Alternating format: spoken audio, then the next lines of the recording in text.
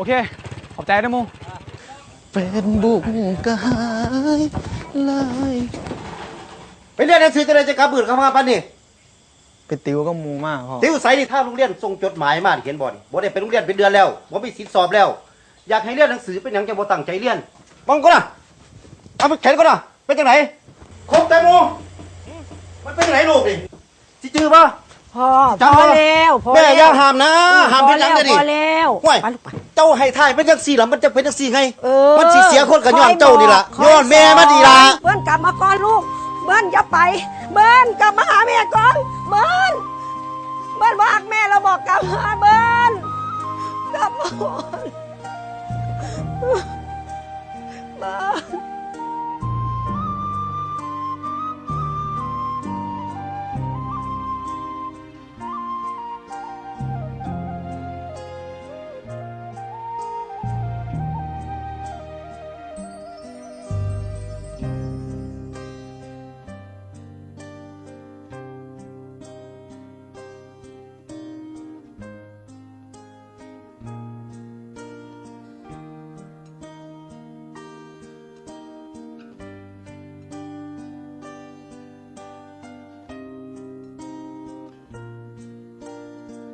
สวัสดีจ้า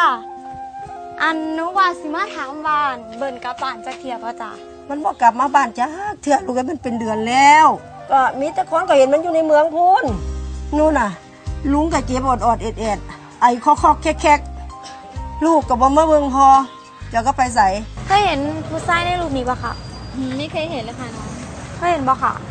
ไม่เคยเห็นเลยจ้าขอบคุณค่ะจ้าเคยเห็นผู้ชายในรูปนี้ป่ะค่ะของพ่อนั้นยังปลูกฝังสอนลูกกี่ครั้งลูกยังจดจำเสมอขอโทษด้วยนะหากท่านว่าไม่ได้ไปเจอยังทัญญามาได้จังไดกะมานำหาเบิ่นนั่นล่ะมานำหาให้หยังพ่อเบิ่นจนบ่ค่อยสบายมื้ออื่นกลับบ้านกับทัญญาซะเนาะลุงจ๋าป้าจ๋าบ่ลูกป้ากลับมาแล้วจ้าพ่อครับลูกขอโทษเด้อครับฝนมาลูกฝนมาเด้อก่อนอยู่ป่าอยู่หงวันสิไปไกลอยู่หม่องใดก็ให้กลับคืนมาเด้อลูกผู้ขากลับมาบ้านแล้วให้เป็นคนดีของพ่อของแม่เด้อต่อจากนี้ไปฮักที่เจ้าให้มามันมีค่าสำหรับตัวอายบอกเคยสิทำร้ายมันอายนี้แค่เพียงเจียมตัวก่อนทูลหัวสิมาผัวพันโปรดอย่ามาทิ่มความฝันที่อายเลยนะบอกเคยให้ใจกับใคร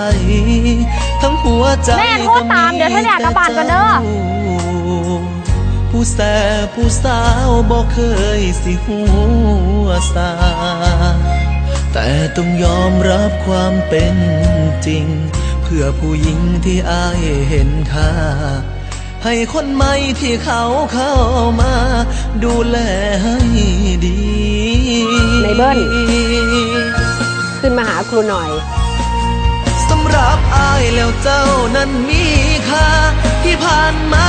หาเจ้าจริงให้เกียรติน้องเป็นผู้หญิงที่อายนั้นมีอยากเอ่ยปากเรียกเธอว่าแฟ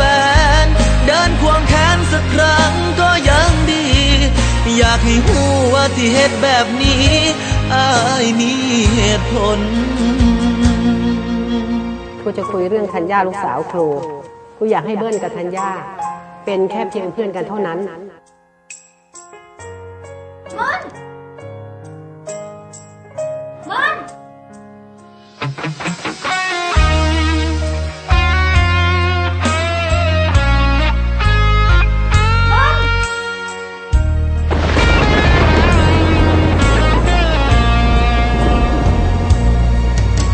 บอกเคยให้ใจกับไผทั้งหัวใจก็มีแต่เจ้า ผู้แสบผู้สาวบอกเคยสิหัวซาแต่ต้องยอมรับความเป็นจริง เพื่อผู้หญิงที่อายเห็นค่า ให้คนใหม่ที่เขาเข้ามา ดูแลให้ดี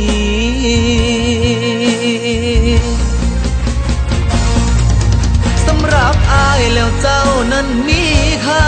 ที่ผ่านมาหาเจ้าจริง ให้เกียรติน้องเป็นผู้หญิงที่อายนั้นมี อยากเอ่ยปากเรียกเธอว่าแฟน เดินควงแขนสักครั้งก็ยังดี อยากให้หัวที่เหตุแบบนี้อายมีเหตุผล แค่อยากบอกให้น้องเข้าใจอายบอกเคยคบใครหลายคน มีแต่เจ้าผู้เดียวหน้ามนเสื้อใจอายเดินอายฮักเจ้าบ่ได้อีหลีทั้งที่ใจนั้นมีแต่เธอ ยังหวังดีกับน้องเสมอบอกเคยเปลี่ยนใจนี่เป็นเพราะเหตุผลของเพิ่นน่ะยังหวังดีกับแบบนี้เป็นเพราะเพิ่นต้องบอกเลยทันยา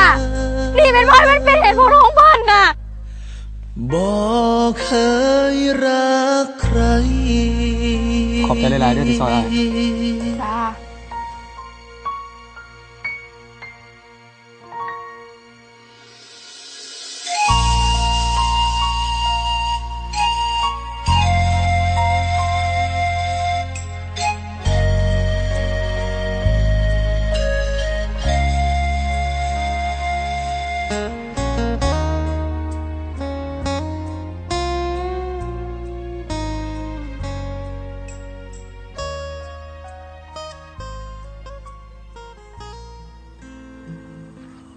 ฮักที่เจ้าให้มา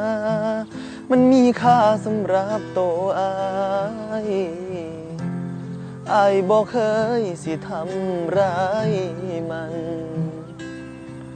อายนี้แค่เพียงเจียมตัวก่อนทูลหัวสิมาผัวพันโปรดอย่ามาทิ่มความฝันที่อายเลยนะ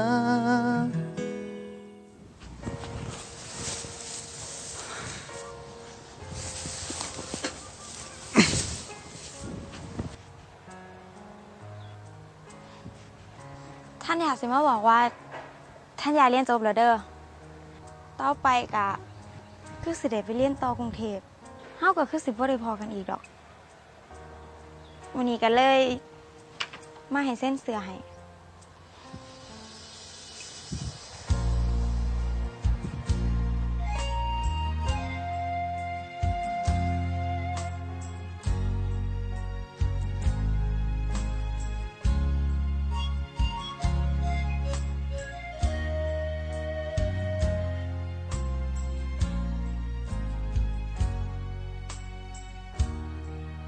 ขอบใจเด้อขอให้โชคดีเด้อท่านยาเพื่อนรักสำหรับอายแล้วเจ้านั้นมีค่าที่ผ่านมาหาเจ้าจริงให้เกียรติน้องเป็นผู้หญิงที่อายนั้นมีอยากให้เบิ้ลกับธัญญาเป็นแค่เพียงเพื่อนกันเท่านั้นว่าแฟนเดินควงแขนสักครั้งก็ยังดีอยากให้หูว่าที่เหตุแบบนี้อายมีเหตุผลแค่อยากบอกให้น้องเข้าใจอายบอกเคยคบใครหลายคนมีแต่เจ้าผู้เดียวหน้ามนเสื้อใจอายเดินอายฮักเจ้าบ่ได้อีหลีทั้งที่ใจนั้นมีแต่เธอยังหวังดีกับน้องเสมอบอกเคยเปลี่ยนใจ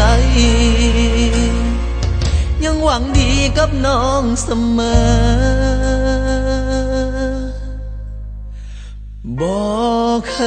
ยรักใคร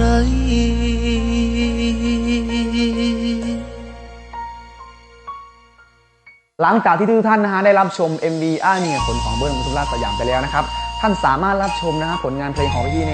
ค่ายสยามนะครับผมได้ทาง YouTube อาสยามมิวสิกเลยนะครับผมกด Subscribe ได้เลยครับ